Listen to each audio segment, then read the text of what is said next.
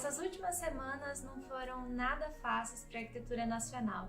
No dia 23, perdemos o grande mestre Paulo Mendes da Rocha e no dia 27 de maio nos despedimos de Jaime Lerner. Você pode até não conhecer esse nome, mas eu tenho certeza que você conhece Curitiba e a fama que essa cidade tem de uma cidade com qualidade urbana. E o Jaime Lerner tem participação nessa história aí. Hoje nós vamos pensar um pouco sobre qualidade de vida nas cidades, principalmente no que se relaciona à questão do transporte, de mobilidade, e também vamos discutir as contribuições do Jaime Lerner para esse tema.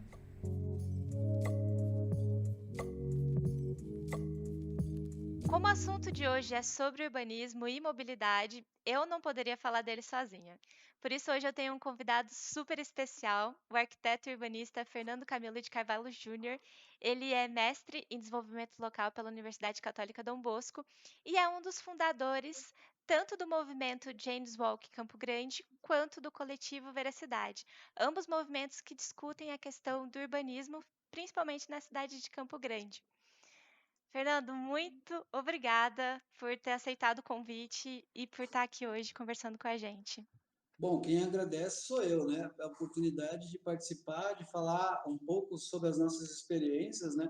Com um público mais diversificado, que eu acho que é mais interessante ainda sair do nicho da arquitetura e do urbanismo e transitar por aquilo que a gente vive clamando, né? O urbano, a cidade, os sujeitos, né? E aí eu acho que é uma conversa sempre válida mostrar que o arquiteto não é o cara que vive no estúdio criando o bolo para casamento, né? Ele é o cara que pisa na rua também, né? Então, os coletivos têm essa finalidade muito forte. Falando em coletivo, já puxando, eu tenho muita curiosidade, eu tenho certeza que muita gente também deve ter. Como funciona essa história de coletivo? O que é o Veracidade? Como que surgiu? Qual é a ideia dele? Bom, vamos pegar a timeline, né? A Veracidade surgiu lá dos movimentos estudantis, da primeira turma de formandos da Universidade Católica Dom Bosco, o Carlos, a Leida, a Rafael, e aí mais alguns outros flutuantes desse grupo, que criavam simpósios, seminários anuais, semestrais, e um deles eu tive o prazer de participar como convidado, era o simpósio Veracidade. E aí, tirando aquela dimensão para uma prática mais ativa, virou um engajamento. Aí, a minha inserção também nesse grupo, eu, o Carlão, o Carlos Gonçalves Júnior, né, e o Rafael Renault, instituímos isso nos períodos de 2018, 2019, que era para discutir um pouco dessa inclusão social e das práticas de intervenção urbana, né? Sair daquela intervenção urbana só dialética, né? Ir para uma coisa mais prática, o urbanismo tático e essas coisas. Então, a Veracidade surge com esse engajamento, né? De discutir de maneira bastante larga, falar de cidade, falar de pessoas, falar da dimensão humana e a relação com as cidades, mas com esse engajamento de multiplicidade, né? Não ficar também o coletivo ser só de profissionais de arquitetura e urbanismo. Também temos participantes novos que estão ingressando no grupo, só que esse momento aí de pandemia está difícil da gente divulgar um pouco os membros, né? Toma vacina, não toma vacina, grupo de isso, grupo daquilo, mas em breve a gente vai botar o rostinho de todo mundo para circular por aí. Então, Veracidade é isso, né? Surgiu com de um movimento acadêmico e se materializou na esfera real, prática da discussão do urbano no dia a dia. Eu, assim, das nossas discussões, das nossas conversas, e até como ponto de referência pessoal, eu tenho muito a sua pessoa, no sentido do urbanismo, e muito na questão de mobilidade urbana. Então, por isso que eu trouxe hoje você aqui para falar sobre isso. Eu acho que de todo mundo que eu conheço, não tem ninguém com mais propriedade para falar disso do que você. Eu gostaria de ouvir de você. O que é essa tal dessa mobilidade urbana que se discute tanto, se vê falar e que às vezes pode ser alguma coisa não muito bem delimitada para as pessoas? Eu acho que, assim, falar de mobilidade a palavra mobilidade, ela confunde, leva para várias dimensões, né? E, inclusive, geralmente discutida pelo modal, né? O objeto vira o conceito. Mas acho que dentro do que é válido de agregar valor nessa discussão é inverter a roda. O direito à cidade. O direito à cidade é me movimentar, o direito à cidade é perambular, é ser permeável, é transitar. Então quer dizer que a mobilidade é isso, é ter direito de usufruir da cidade. É direito de usufruir daquilo que é público, né? A gente tem uma relação meio controversa entre as coisas públicas e as coisas privadas. Está sempre surgindo o invencionismo de privatizar os espaços públicos para subverter a ordem de uso, o controle, mas, na verdade, mobilidade é isso, né? O direito de fluir pelo espaço urbano, pelo tecido social, tecido urbano, né? Acho que seria a melhor definição, assim, para não afundar demais o assunto e também não ficar muito raso. O que é direito à cidade é viver, né? E Conseguir... não, sim, aham. E por que, assim, essa discussão é tão atual e tão pertinente aos nossos tempos? Quais são esses dilemas, essas problemáticas que essa questão do da falta ou do não pensamento ou das dinâmicas contemporâneas com relação às pessoas e à cidade, como essas questões se relacionam com a mobilidade? Porque a gente tem discutido isso hoje em dia, né, A discussão sobre mobilidade, eu acho que ela fica mais latente para nós aqui no continente sul-americano, né, na América do Sul, começa a ficar mais latente na transição lá dos anos 2000, né, a fundação dos planos de cidade, instituindo os planos diretores, os planos de mobilidade, estatuto de mobilidade. Essa discussão começa a ficar mais próxima, mas essa proximidade é com a academia, essa proximidade é com os profissionais, e ela não é permeável à população de modo geral. Então, eu acho que o grande barato disso tudo é que a pandemia, né, acho que é o momento mais latente na nossa vida, nas nossas vidas, mostra que tem uma dimensão que ninguém percebe, né? A gente vê gestor público no primeiro momento na história lá do fecha tudo, proibindo o deslocamento do ônibus, isso e aquilo outro, e não se diga que ele é um privilegiado, de certo modo, pela essa sociedade do espetáculo, de que ele tem acesso ao carro, ao transporte privado, mas a maioria da população não. Eles precisam da mobilidade coletiva, e aí é o transporte público, né? O ônibus, na nossa cidade, no caso. E aí começa a ter ajustes, mas sempre vão esbarrar nessa relação da dimensão, o gap entre a questão da proximidade, a questão da aglomeração. E o grande sentimento que fica escondido atrás disso tudo é perceber que é precário, porque mesmo com a redução existe, vou restringir para utilizar somente aqueles que têm pertinência de fato laboral ou de consumo, que seja. Aí se percebe que com a redução ficou quase que do tamanho da necessidade, mas aí ficou abaixo. Então, ou seja, é precário em todas as dimensões.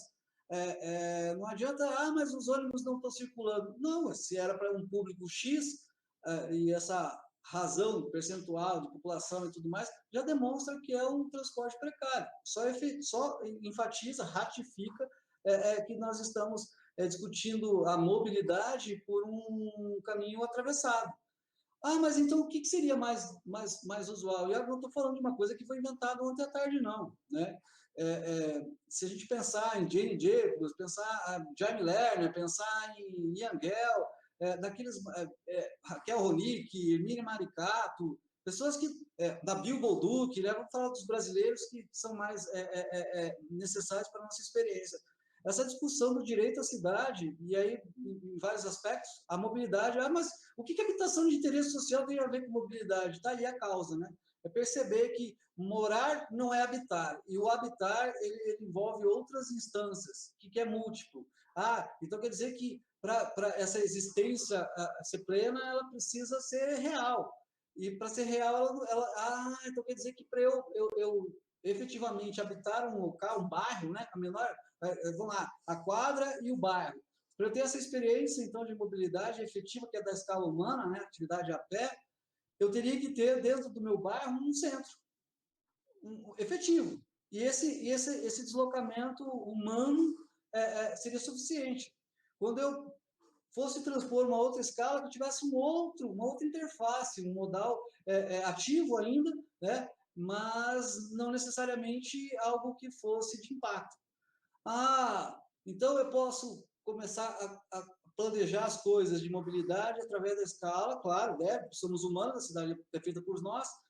Eu vou imaginar uma atividade pedonal, uma ciclomobilidade, e depois eu vou inserir um modal, né, coletivo, não ativo, né, porque aí eu já estou falando de alguma coisa de transporte público.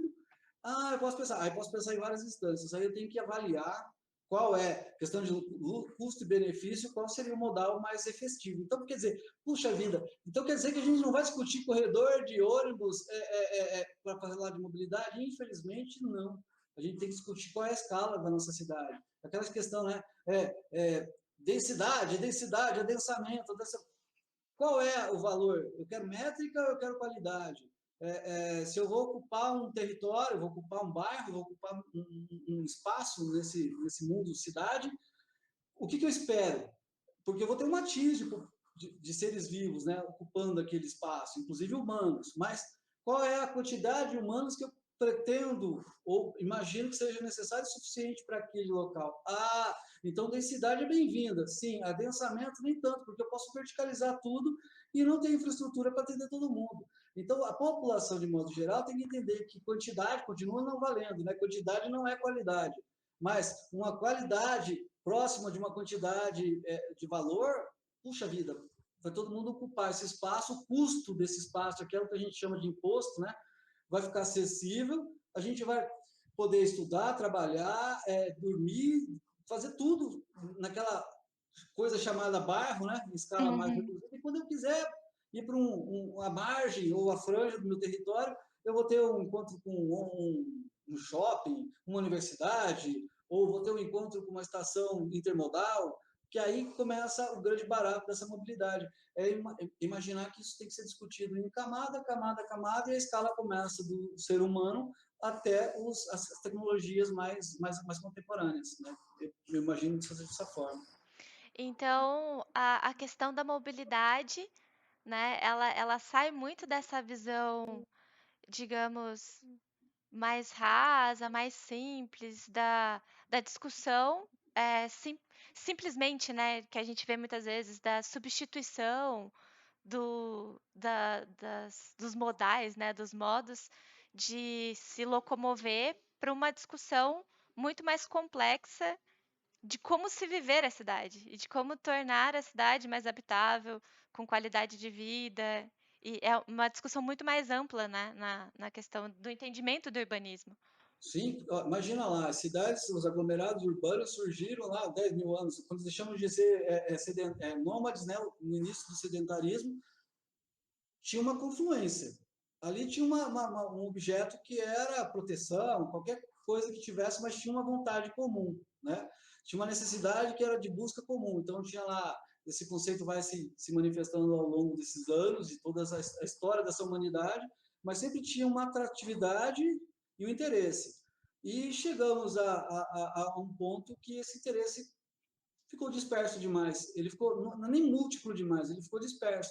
As pessoas não sabem mais por que vivem em cidade, porque aí surgiram vários outros conceitos. Acho que a experiência que se tinha de como construir cidade, que é humana, né? É um objeto de impacto humano, uma experiência humana, ela começou a se moldar por um modelo, né? Por um modal. Uhum. A história do carrocentrismo, né, da Revolução Industrial, e aí a escala que era uma experiência do humano, o deslocamento e consumo e produção, aquela coisa da cidade, eu consumo a cidade e me abasteço dela, né, e abasteço ela também, passou, por causa do deslumbre com os automóveis, imaginar que eu poderia fazer tudo dentro do espaço urbano e no subúrbio, né? Nas cidades satélites ou nas cidades suburbanas, cidades jardins, né? Howard, etc. e tal, começaram a pensar então que existia um conceito de viver, de morar em um lugar para se trabalhar. E aí começa essa ideia de tentar setorizar, de trabalhar, que o pessoal fala de uma teoria de máquinas, né, em escala industrial, escala de produção. Nós não somos assim, nós somos humanos, e o humano é indefinidamente o caos. O conceito de ordem e desordem, a gente já fala bastante disso há muito tempo. Esse conceito de ordem é uma posição que me parece um tecnicismo, né? Os tecnocratas da vida implementaram, ao não saber ou não perceber o que tinha que ser modulado, esse movimento aí de transição entre o senso de percepção do que era o espaço urbano e a transformação com outros dispositivos de deslocamento, entenderam que, então, para esse deslocamento ser efetivo, vias retas, planos ortogonais e toda essa sistemática que foram sendo colocadas nos planos de cidade. Sendo que fazer planejamento de cidade, eu penso, né, que não é fazer projeto de cidade. A prancheta não é muito eficiente nessa hora, porque a escala é muito grande. Então, entre projeto e planejamento, são duas coisas que não se encontram nunca. A gente pode até tentar buscar, mas eles vão sempre estar um correndo atrás do outro. O que vale é sempre a percepção dessa questão da gestão, planejamento e projeto, é imaginar que isso tem que atingir lá na frente. E aí, muitas vezes, a gente não é eficiente nessa hora, porque a maioria de nós humanos, às vezes, nessa sociedade contemporânea, quer para ontem. E cidades não são feitas dessa história. O tempo e espaço é em outra relação. Então, acho que o conceito de cidade, mobilidade e tudo mais esgarçou com essa nossa falta de percepção de que o objeto de fetiche da sociedade moderna nos separou da nossa dimensão real, humana e efetiva, né, de perceber espaço público de cidade. Bom, dentro dessa problemática já fica muito claro pela sua fala que é uma problemática muito que envolve muitos atores, né, muitos interesses e também muitos posicionamentos diferentes. É um assunto complexo, né, e como todo assunto complexo, a gente tem várias formas de enxergar, várias formas de buscar soluções, e não existe uma solução necessariamente, né, existe um conjunto de intenções, né. Pensando nesse sentido, desse conjunto de intenções e todas essas problemáticas que você pontuou, que você levantou, o que você acha que pode ser um caminho promissor de buscar uma resolução, não uma resolução, seria uma palavra muito forte, mas de buscar um caminho de estabelecer uma conversa melhor com esse assunto e uma construção melhor de um raciocínio de cidade? O que você acha que a gente pode ou precisa caminhar nesse sentido? E é uma experiência primeiro que aquela brincadeira de gato e rato precisa deixar de existir, né? Os gestores públicos precisam sair da plataforma da verticalidade e começar a trabalhar a horizontalidade. A gente, ao longo de décadas, tem recebido projetos que vêm de cima para baixo e eles se materializam no solo urbano, só que eles não atingem a dimensão real, ou seja, da população. E a população não está preparada para demandar isso, né? Então, é uma construção social que demanda tempo. Mas eu acho que o primeiro passo que tem que ser dado, no meu entendimento, é um sistema bem... Aí vem a personalidade do professor. É catequização mesmo, é trabalhar com todo mundo o que é viver um espaço coletivo. É perceber, mas então você não vai discutir propostas? Não, vou discutir o conceito. Aí eu vou aprender o que é uma calçada, o que é a via pública, para que tem praça, para que são os parques. Começar, dessa maneira, a mostrar para a população geral o que eles têm direito, o que eles têm dever, né? E aí, de fato, fazer essa mediação. Porque até enquanto a gente estiver mandando proposta para a população, eles vão aderir, porque, de certo modo, quem está governando está dirigindo, né? Uhum. E conduz a população a potencializar e praticar erros, equívocos. Vai desde a dimensão lá das práticas de civilidade, questão da educação no trânsito, a questão da civilidade, que são a urbanidade, não jogar lixo no chão, essas coisas que, de certo modo, foram desprezadas, porque sempre foram postas como regra, né? E falando disso, a cidade já não dá muito certo porque é uma experiência de humanos, né? E humanos não são muito dados ao fato regra, regramento, ordenamento. Então, é Uhum. mostrar que essa experiência de viver no coletivo, ela pode ser construída. Ah, mas então é utópico? Justamente, é utópico justamente por causa disso, né? Porque é o ideal. A gente precisa de ao invés de pensar em grandes projetos, em grandes propostas, a gente precisa só se encontrar nessa escala, encontrar uma forma de fala que ela seja possível. Ah, mas ninguém vai ganhar dinheiro dessa maneira, vai todo mundo ver na comunidade. Não, não é isso, né? Todo mundo vai continuar trabalhando, todo mundo vai continuar com suas vidas normais, mas percebendo que tem uma luzinha acesa ali chamando a tua atenção para prestar atenção nas coisas dos outros, né?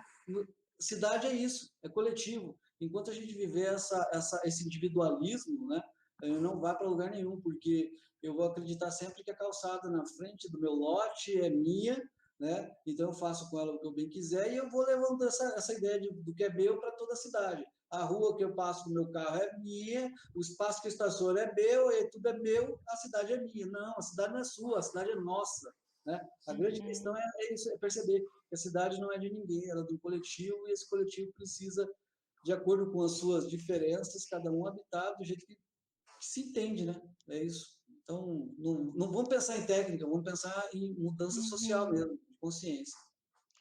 Eu poderia terminar a entrevista aqui, depois dessa fala, mas eu prometi no começo do vídeo que ia falar do Jaime Lerner. Então, eu quero finalizar perguntando para você, qual é a sua visão, né, a gente está numa semana onde a gente está relembrando da atuação dele por conta do falecimento dele, né, uma atuação que a gente tem um grande respeito, né, foi um nome muito importante, na arquitetura nacional. E eu queria saber de você o que você acha que ele deixa de maior contribuição, principalmente na área do urbanismo, onde ele foi muito conhecido, né, ele atuou, né, deixando de lado a dimensão política e as outras coisas. Sabe o que eu acho interessante? Que eu ia puxar o gancho pelo contrário, né? Ele mostrou que, para nós, sonhadores arquitetos, urbanistas, né, talvez só colocando o pezinho na questão partidária, política, entrando para essa dimensão para poder fazer valer aquelas coisas que a gente aprende lá no banco da universidade, né? Tentar transformar um pouco essa sociedade desse viés, porque definitivamente, enquanto sociedade civil, a gente reúne esforços, mas a gente não vence a barreira. A máquina é muito grande, né? E as vontades de ouvir são cada vez mais controladas. Eu não posso ouvir todo mundo, então não sou Uhum, efetivamente democrático naquele senso de democracia que se imaginavam lá os gregos lá atrás, né? Mas então assim, de discussão, Jaime Lerner, eu não vivi a época do Jaime Lerner, né? Mas a nossa cidade viveu muito Jaime Lerner, década de 70, uhum, finalzinho da década de 70, 80, ele vem para cá e produz muitas coisas na nossa cidade. Intervenção, todo mundo conhece a Calçadona Barão, mas o projeto era a Calçadona 14, né? Fez um pontilhão lá, a passagem sobre os trilhos, pedestre passando sobre os trilhos, geralmente era o contrário, ficou ali durante muito tempo até ser desmanchado, acho que anos 2000. O bairro Taverópolis, eu acho que é um legado interessante, eu gosto de passear por lá,